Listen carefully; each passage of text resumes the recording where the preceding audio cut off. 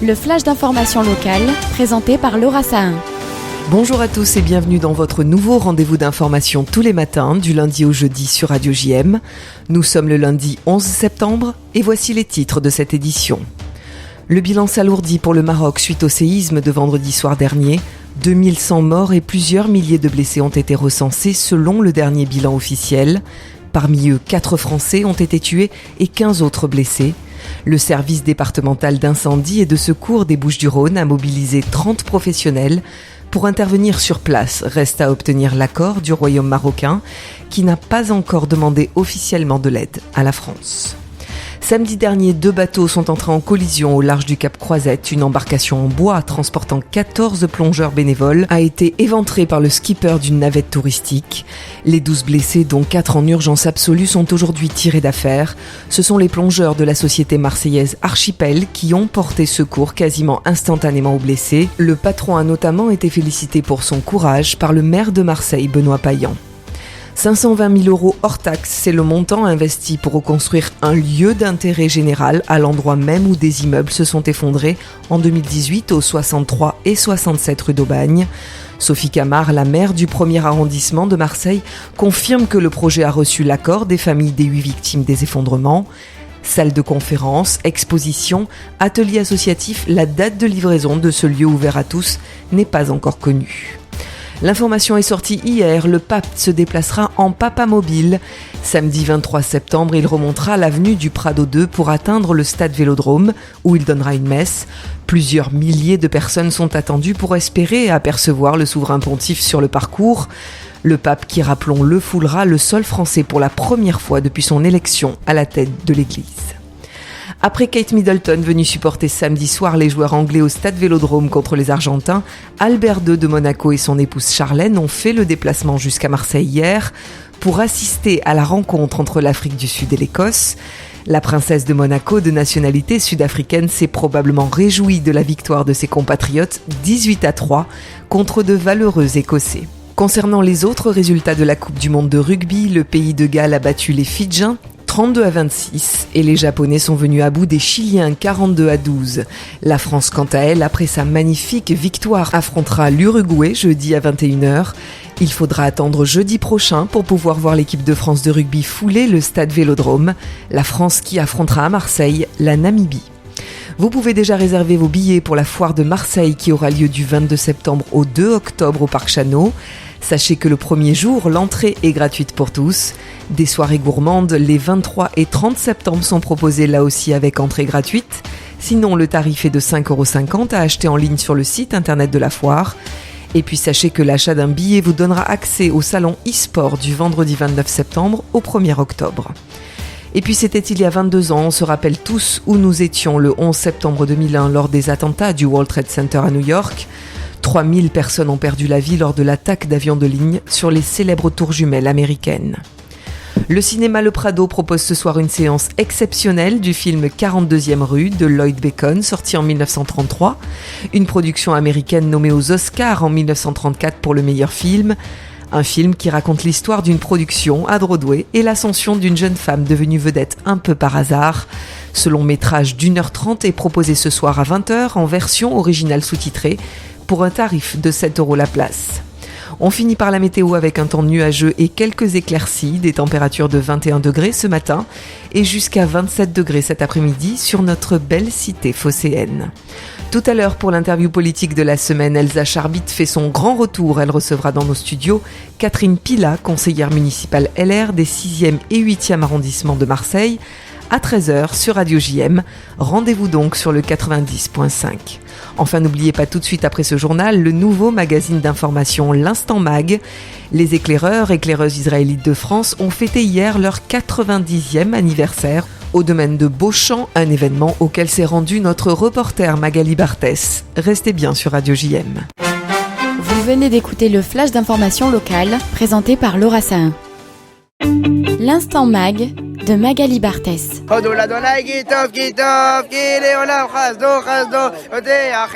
ne connaît pas dans son entourage quelqu'un ayant vécu l'expérience scout ? Cette école de la vie qui a forgé des dizaines de générations et dont certains étaient présents hier au 90e anniversaire de la section marseillaise des EUIF éclaireuse, éclaireur israélite de France, à Hérac, dans le magnifique domaine de Beauchamp. Et ce dimanche est venu illustrer une fois de plus ce besoin de partage qu'ont en commun les 120 membres actifs des EIF avec leurs aînés. Et pour Emma Haddad, l'une des responsables du groupe Robert Gamzon, cette journée festive s'annonçait aussi sportive. C'est une journée de rassemblement qui va rassembler les anciens et les actifs des EI de Marseille. Donc nous allons organiser une sorte de maccabiade qui vont être en équipe avec les anciens et les actifs. Puis nous allons faire avant un pique-nique et après continuer sur des chants et une ambiance EI comme on les aime. On le ressent encore aujourd'hui, il n'y a rien de plus fédérateur qu'un rassemblement scout.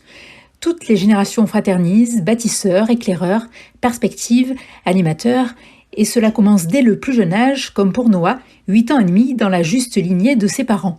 J'ai fait tout un week-end, on s'est bien amusé, et c'est le premier jour des EI parce que j'ai jamais essayé moi les EI, c'est la première fois que je fais et c'était une super expérience. On a dormi dans les salles de couchage habillés, c'était drôle. Lucien Montel, aux EI dans les années 50, peut lui aussi en témoigner. On a créé une deuxième famille et tous nos vrais amis sont aux EI, ont toujours été aux EI. Bon, après on avait les totems. Mon totem c'est musaraigne, il faut le savoir, mais bon c'est pas grave. Moi je retiens... Et pourquoi musaraigne alors ? Musaraigne, ceux qui m'ont totémisé musaraigne impertinente et laborieuse. Donc ça veut dire que j'ai encore des choses à dire. Et laborieuse, ça s'est pas arrêté. La force des EI, c'est de permettre à tout un chacun d'acquérir ce savoir-être. C'est ce qui prévalait déjà au début et qui se dégage encore aujourd'hui, comme le rappelle Lucien Montel. Va, c'est-à-dire construis ta vie. Bâtis tout ce que tu as à bâtir au niveau de ta vie personnelle et ensuite deviens, ça veut dire prendre des responsabilités au niveau des institutions. Je crois que quand on a dit ça, on a pratiquement tout dit et c'est ce qu'il faut dire aux jeunes et c'est ce que moi j'ai fait avec mes enfants et petits-enfants. Marie-Hélène Londner, elle aussi bercée par les EI au cours de sa jeunesse, insiste aussi sur les moments de cohésion interreligieux que l'on peut vivre à travers les EI. J'ai eu la chance, parce que c'était vraiment une chance, d'assister au 100e anniversaire des EI nationaux qui se passait dans le Bordelais et c'était au mois de juillet et on a passé 4 jours magiques et magiques grâce aussi à un symbole très fort et qui m'a beaucoup touchée, c'est que les scouts de France sont venus aider à monter le camp parce que nous étions 8000 personnes, donc il fallait gérer le couchage de 8000 personnes avec des petits, des grands, des anciens comme moi, des encore plus anciens que moi et donc les scouts de France sont venus donner la main aux éclaireurs israélites de France et je trouvais que c'était un symbole magnifique, d'abord parce qu'il n'y avait plus de religion qui pouvait attiser une haine comme on voit en ce moment. C'était vraiment les valeurs du scoutisme qui étaient à l'ordre du jour. Et puis ils ont amené une rigueur qu'on n'a peut-être pas nous forcément toujours et qui fait du bien par les temps qui courent et ce qui nous ont surtout permis de passer ces 4 jours magnifiques, quoi. Vraiment. Merci à eux, j'espère qu'on continuera cette collaboration parce que moi je trouve que c'est un symbole très fort et qu'aujourd'hui la tolérance et l'ouverture vers les autres c'est ce dont on a le plus besoin. Et presque tous les responsables d'institutions sont d'anciens EI comme Lionel Stora, président du Fonds social juif unifié. Alors les EI, ça fait partie de ces mouvements de jeunesse, enfin, qui ont un rôle central, particulièrement les EI, au sein de la communauté juive, puisque depuis le plus jeune âge, c'est le mouvement qui accompagne les enfants jusqu'à l'adolescence et même après, pour leur inculquer les valeurs, à la fois des valeurs du judaïsme et des valeurs républicaines. Donc avec l'idée d'un judaïsme éclairé. Et républicain bien entendu.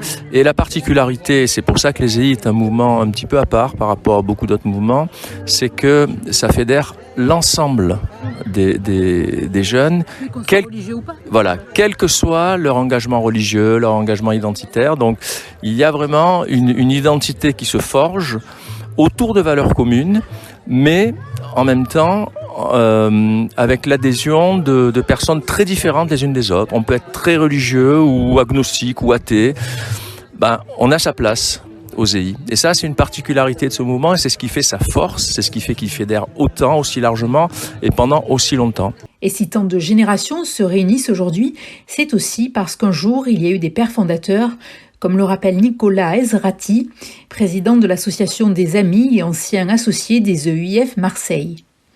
Roger Essinger, c'est un membre en fait du consistoire avant la guerre, qui est dépêché par le consistoire pour sonder un petit peu ce qu'est ce petit mouvement en fait de jeunes Marseillais juifs qui veulent jouer au scout.